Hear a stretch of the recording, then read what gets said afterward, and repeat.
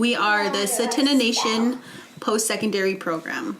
We are targeted towards individuals. There's no age limit. We generally provide service for those 18 and older, but we will fund somebody younger than 18 provided that they have parental approval. The aim of the program is to provide funding and support for people seeking a post-secondary education, and our end goal would be to have them graduate within their program.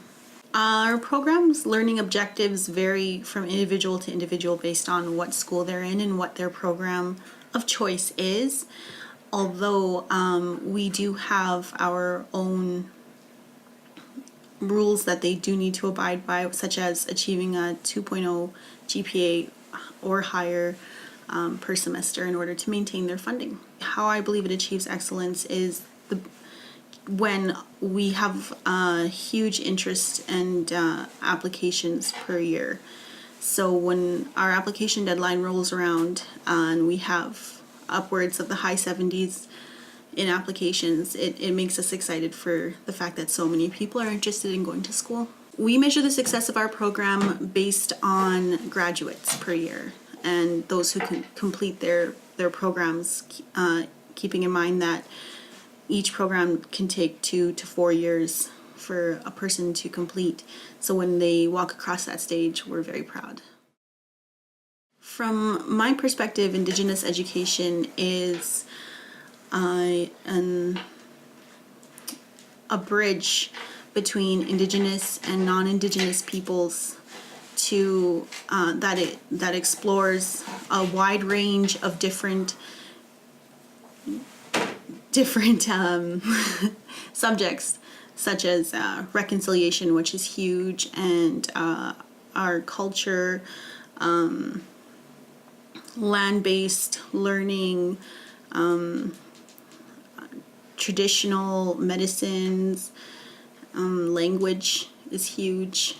Anything that can teach our children all the way up to when we want to continue learning in our older adult years, I think is Indigenous education.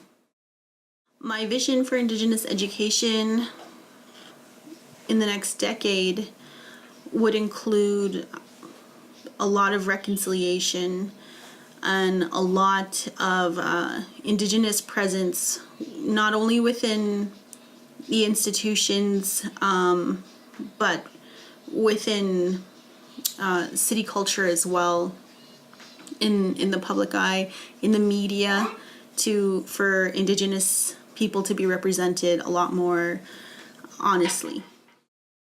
I believe that what we would need to achieve